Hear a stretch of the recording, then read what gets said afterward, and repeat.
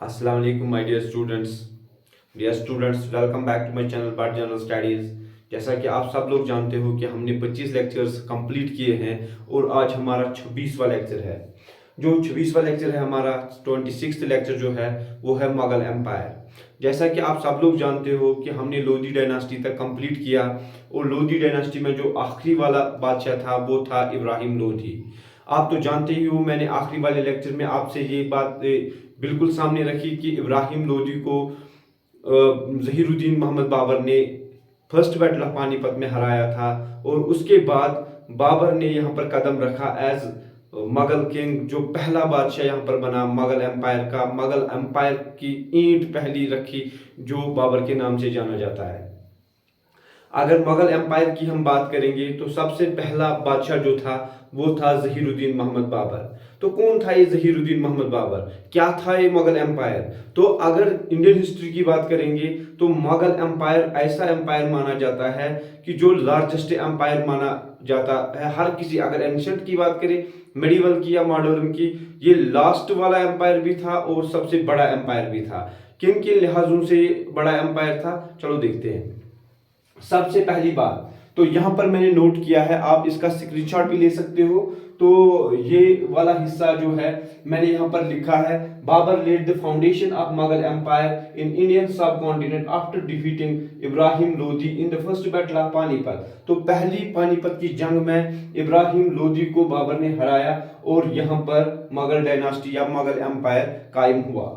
उसके बाद मैंने दूसरा लिखा, दूसरा पॉइंट, मुगल एम्पायर की अगर हम बात करेंगे तो लार्जेस्ट एम्पायर ही माना जाता है इंडियन हिस्ट्री में। किस एतबार से? अगर पहले देखेंगे तो एडमिनिस्ट्रेटिव इनोवेशंस, ये तो पहला पॉइंट है यहाँ पर। दूसरा है मिलिट्री पावर, तीसरा है इकोनॉमिक प्रॉस्पेरिटी और चौथा है पॉलिटिकल एक्सपेंशंस। यानी अगर हुकूमत के एतबार से देखेंगे तो Mughal through out length and breadth of India में हुकूमत इन्होंने की है। तो उसके बाद मिलिट्री पावर जो था वो इनका जबरदस्त था, बेहतरीन था। और इकोनॉमिक, अगर मनी की बात करेंगे तो इनका दौर ये भी माना जाता है कंस्ट्रक्टिव, जिसमें इन्होंने बहुत सारी चीजों को बनाया है हिंदुस्तान के अंदर, जिनको हम आज भी बहुत तरीके से हम देखते हैं, अच्छी तरीके से देखते हैं उनको, और जिनको देखने के लिए पूरी दुनिया आती है, वो हम आगे देखेंगे इंशाअल्लाह। उसके बाद अगर सियासी मैदान में देखेंगे तो उसमें भी ये बहुत आगे थे। तो क्या हुआ मुगल एम्पायर के साथ, कैसे आ गए ये, क्या मतलब कि फिर खात्मा इनका कैसे हो गया, तो ये हम पूरा जानेंगे इस मुगल एम्पायर में। सबसे पहले अगर हम बात करेंगे ज़हीरुद्दीन मोहम्मद बाबर की, जो ये बाबर था, बाबर फरगाना वैली में पैदा हुआ।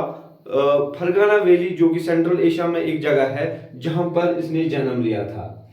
ये जो बाबर है इसने हिंदुस्तान पे भी राज किया, मगर कब, उससे पहले ये क्या था, फरगाना वैली में इसकी एक चाहत थी कि ये समरकंद को फतह करे, मगर ये उसमें नाकाम रहा। मगर 1504 में इसने काबुल पे कब्जा पा लिया और उसके बाद 1524 में लाहौर पे भी, उसके बाद 1526 को ये हिंदुस्तान पहुंचा और इब्राहिम लोधी को पहले जंग में हराया। अगर मुगल एम्पायर की बात करेंगे तो इनकी हुकूमत रही 1526 से लेके 1857 तक, तो ये इनका दौर रहा। अगर हम मुगल्स को गौर से देखेंगे, मुगल्स पे बात करेंगे, तो जो एक्चुअली मुगल थे ये मंगोल और तुर्क खून थे, समझ लो। तो अगर बाबर को देखेंगे, बाबर का अगर इसकी लिनेज देखेंगे कि ये कहां से आया, इसकी जीनोलॉजी देखेंगे अच्छी तरीके से, इसका सजरा देखेंगे, तो बाबर का जो फादर वाला साइड था वो था तैमूर का। बाबर का जो साइड था वो था तैमूर का साइड, और अगर जो उसका फादर था वो तैमूर वाली फैमिली में से था, और अगर माँ को देखेंगे तो वो चंगेज खान की फैमिली से थी। तो इसलिए इनको मंगोल और तुर्क को मिला के बनता है टर्म मुगल। मुगल का मतलब होता है ब्रेव, बहादुर। तो मुगल साम्राज्य को अगर देखेंगे तो ज़हीरुद्दीन मोहम्मद बाबर पहला ऐसा बादशाह जिसने हिंदुस्तान पे राज किया। बाबर यहाँ पर कामयाब कैसे हुआ, बहुत सारी ऐसी चीजें हैं जो मैं आपको बताने जा रहा हूँ कि बाबर ही एक ऐसा बंदा है जिसने हिंदुस्तान में पहली बार फायर आर्म्स का इस्तेमाल किया, आर्टिलरी का इस्तेमाल किया और गन पाउडर का इस्तेमाल किया था। बाबर की जिंदगी जो है वो कंट्रोवर्शियल रही इंडिया में, क्योंकि जब बाबर आ गया तो इसने 4 सालों में 4 जंगें लड़ी और चारों में फतेयाब हुआ। 1526 में भी जंग, 27 में भी जंग, 28 में भी जंग और 29 में भी जंग और 30 में खुद बाबर इस दुनिया से चला गया।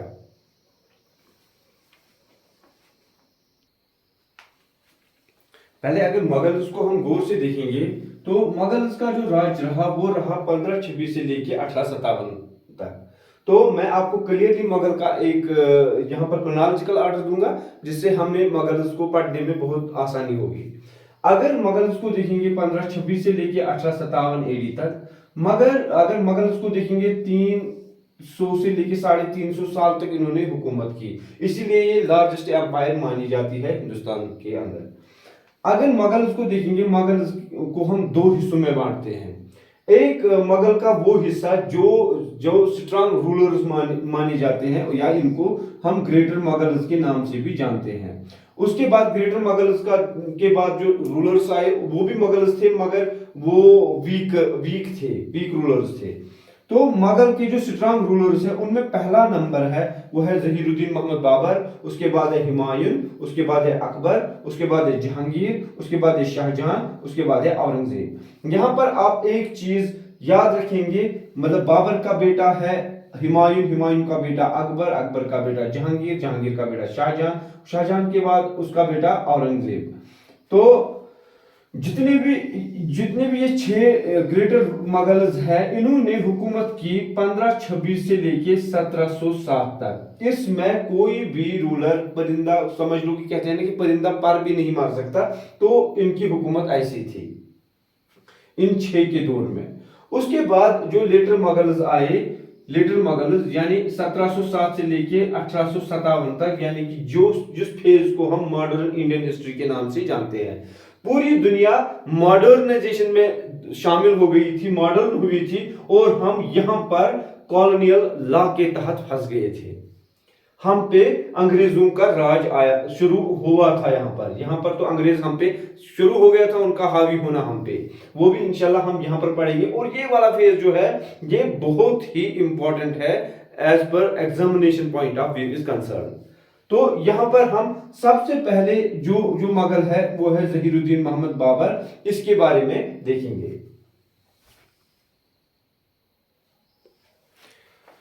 इस चीज के बारे में मैंने आपसे जिक्र की, ये मैंने यहाँ पर इसलिए नोट किया ताकि आप नोट्स बना सको। तो अगर बाबर को देखेंगे 1526 से लेके 30 तक इसने यहाँ पर राज नहीं किया, मगर सिर्फ जंगे की। तो जहीरुद्दीन मोहम्मद बाबर जो था, इसका बाबर का एक्चुअली नाम था जहीरुद्दीन मोहम्मद बाबर। तो इसका जन्म जो है वो एक फरगाना वैली में हुआ, जो कि सेंट्रल एशिया में है।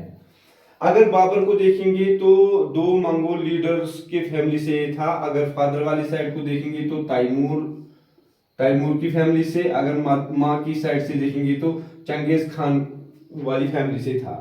तो इसमें और 2 चीजें इंपॉर्टेंट है। 1504 में इसने काबुल को फतह किया। जब काबुल को फतह किया, यहां पर इसने अपना टाइटल रखा बादशाह।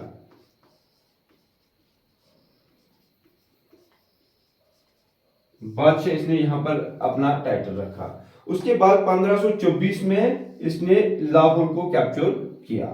उसके बाद क्या इसने किया, बाबर ने, अगर हिंदुस्तान की बात करेंगे तो बाबर ने सबसे पहले इब्राहिम लोदी को हराया बैटल ऑफ पानीपत में। 1526 का ये वक्त था, 30 अप्रैल 1526 का। उसके बाद 1527 में ही डिफीटेड राणा संघा। इसने दूसरी जंग में 1527 में राणा संघा को हराया, जो कि मेवाड़ का रहने वाला था, इन द बैटल ऑफ खनवा। तो बैटल ऑफ खनवा के नाम से ये जाना जाता है। तो ये दूसरा जंग जो बाबर ने यहाँ पर लड़ा, 26 और 27। उसके बाद 28 में इन 1528 ही डिफीटेड मैदनी रॉय को इसने हराया बैटल ऑफ चंद्री में।